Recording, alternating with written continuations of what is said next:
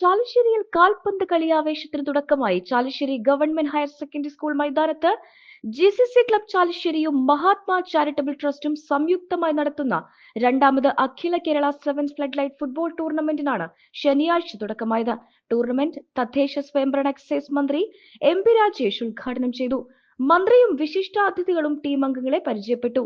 Pulikkottil Kuriappan Kunjan memorial winners ട്രോഫിക്കും UAE GCC committee winners cash പ്രൈസിനും Nalakath timber depot runners ട്രോഫിക്കും baking Chalissery runners cash പ്രൈസിനും വേണ്ടിയുള്ള ഉദ്ഘാടന മത്സരത്തിൽ പുലരിക്കോക്കൂരും എക്സലന്റ് തൃത്താലയും തമ്മിൽ ഏറ്റുമുട്ടി.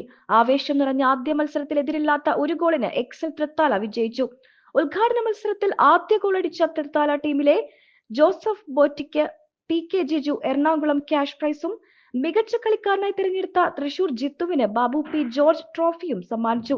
ചടങ്ങിൽ സംഘാടക സമിതി chairman Faisal master, CV Balachandran, convener Shajahan Nalakath, PK Jiju Ernakulam, baking Shafi എന്നിവർ സംസാരിച്ചു. ജനപ്രതിനിധികൾ, രാഷ്ട്രീയ കക്ഷി നേതാക്കൾ, UAE GCC ഭാരവാഹികൾ എന്നിവർ പങ്കെടുത്തു.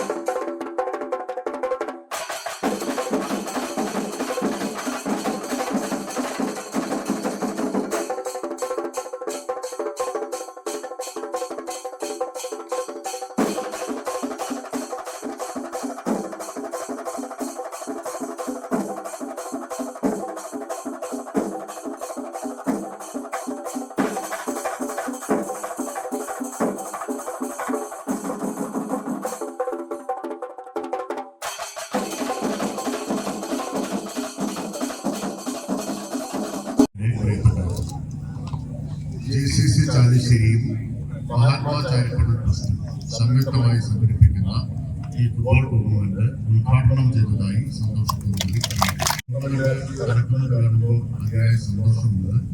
കാരണം സംസ്ഥാന സർക്കാരിന്റെ 74 ലക്ഷം രൂപ ഉപയോഗിച്ചാണ് ഈ ഗാലറിയുടെ നിർമ്മാണവും ഗ്രൗണ്ടിന്റെ നവീകരണവും നടത്തിയത്.